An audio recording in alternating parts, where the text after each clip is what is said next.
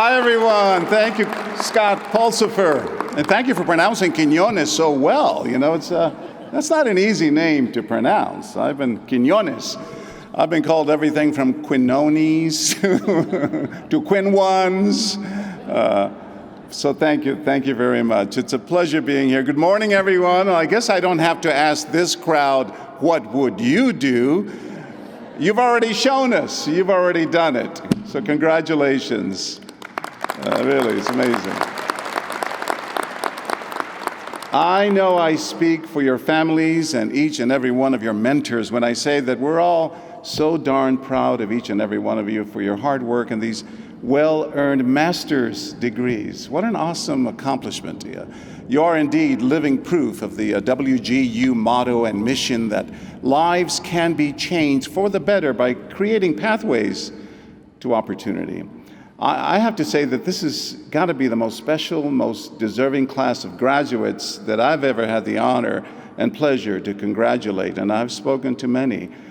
Because through your hard work and determination, we call it ganas in Spanish, ganas, you truly have proven that ambition never rests.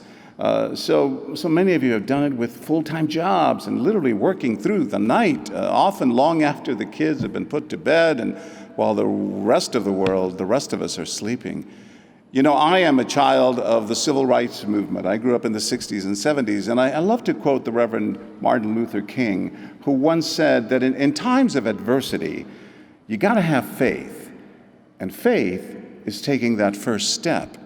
It doesn't matter if you can't see the entire staircase, just take that first step, because tomorrow there'll be another step, and another, the next day another step. That's exactly what you all have done, step by step. No one has worked harder at earning these precious degrees than you night owls. And we know it's not easy. You know, I was the first one in my family to graduate from college. But the fact is, the greater the difficulty, the greater the glory is in rising above it all. I'm here to humbly offer you a few words of advice. After all, based on some of my own struggles, my own life, having grown up on the poor side of the tracks in the barrios of San Antonio, Texas, all the obstacles that I had to leap over to make my own dreams come true. I was the kid who was never expected to amount to much because my father was a janitor and because my mother cleaned houses on the rich part of town, because we were also migrant farm workers, because I spoke English with a funny Mexican accent.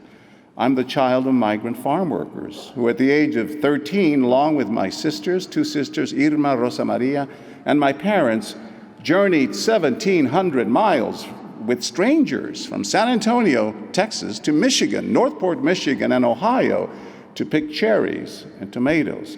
And I'll never forget being on my knees on the cold, hard ground at 6 in the morning, looking at rows and rows of tomato plants that for a young 13-year-old boy's eyes seemed to go on for miles and miles. That's what I had to look forward to that day. And my father Bruno, looking down and saying, Juanito, do you want to do this kind of work for the rest of your life, or do you want to get a college education someday? It was a no-brainer. I knew I didn't want to do that kind of back-breaking work for the rest of my life, but no one believed in me. When I came back to public school in San Antonio in the 9th grade, and I would ask, after harvesting vegetables and fruits, I would ask my teachers and my counselors, how do I take the ACTs? How do I take the SATs? How do I enroll in advanced placement classes in math, biology, English? Do you know what my own teachers would tell me? My own counselors, these people who are supposed to guide and encourage me, instead responded to me by saying, John, it's great that you have this dream of someday being a television reporter. Because I wanted to be a reporter since I was 13 years old. I used to watch Geraldo Rivera on 2020. I wanted to be just like Geraldo. But my own teachers would say, it's okay that you have this dream, but we think you should try wood shop or metal shop or auto mechanics. Not that there's anything wrong with those great jobs. A lot of people make a good hard living doing that kind of work. But I wanted to be the first one in my family to go to college. And instead, I was told repeatedly that I wasn't college material. My own teachers, my own counselors did what people do on that show, What Would You Do? Have you seen that show, What Would You Do? They judged me by the color of my skin and the accent in my voice and the fact that no one in my family had ever gone to college.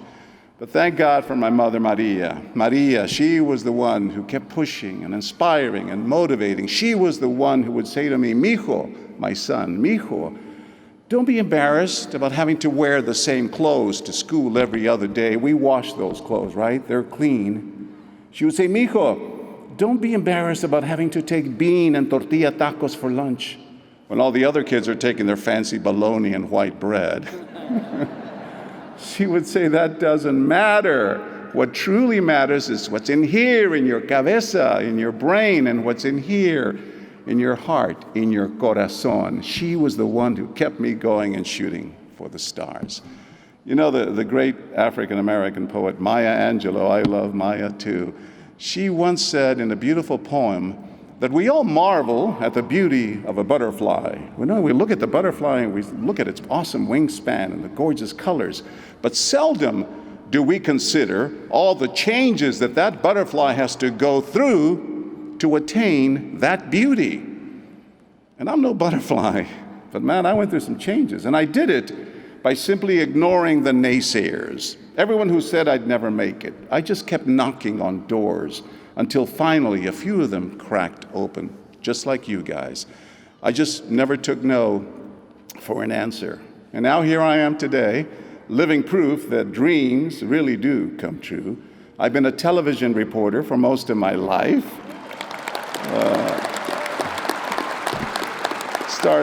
Thank you. And I love reporting. Starting with the very first story that I did when I was a local reporter in Chicago, a story on undocumented workers down along the US-Mexico border. I actually went undercover pretending to be a Mexican immigrant, and I hired a smuggler, a coyote, who put me on an inner tube, and we swam across the Rio Grande to Texas. That story won my first Emmy award. There have been 7, but that was the very first one.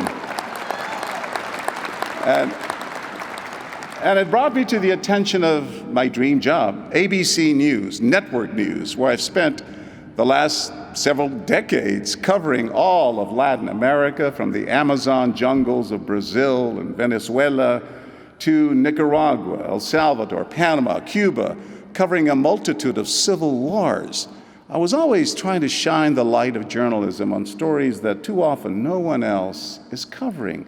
Stories in places where, as a Latino journalist, you talk about the importance of inclusion and diversity. As a Latino journalist, I might be able to bring a deeper understanding to those stories because of where I come from. And then more recently, of course, I created this show called What Would You Do?, which is all about ethics and morals, fighting injustice, doing the right thing. The show that teaches us all valuable lessons that I implore that all of you graduates practice as you embark on your new professions. Do everything you can with a good heart and a sense of compassion. Always remember that who helped you get here. Don't forget where you come from. Have pride in your community, your culture, your family. When you ride that elevator of success all the way up to the penthouse level, don't forget to send that elevator back down for those who are still waiting for a lift up.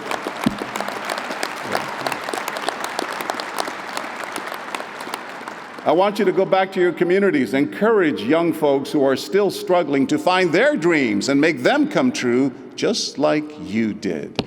There will be many, many what would you do kind of episodes in your careers. You will face those dilemmas. And I know I have, and you will be pulled. You'll be pulled in many different directions, as we all do. But always choose the more righteous, the more benevolent path.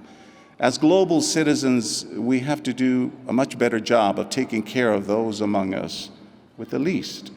Make a commitment to yourselves, a daily reminder to never lose sight of how important it is to make someone feel better.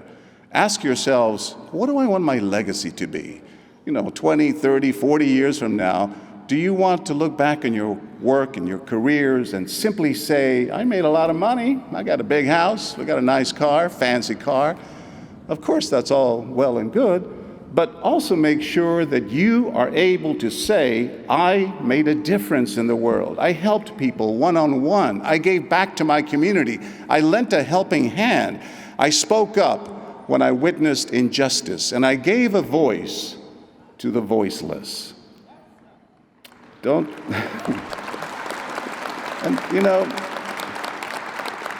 and don't just do that because you want to look good. The true test of a person's character is not what we do when everyone's watching. That's easy. As we found out on What Would You Do, the true test of a person's character is what we do even when no one is watching. John Quincy Adams, the former American president, once said that to become a leader, you have to inspire others to dream more, to learn more, to do more, and to become more. You're all leaders now. You've become so much more than you were when this journey of yours started. So go out there now with pride and conviction and lead and inspire the rest of the world. Once again, congratulations to all of you graduates, and may you have a great Thanksgiving and a blessed Christmas to all of you. Again, congratulations. Thank you. Thank you. It's been a pleasure being here. Thank you all.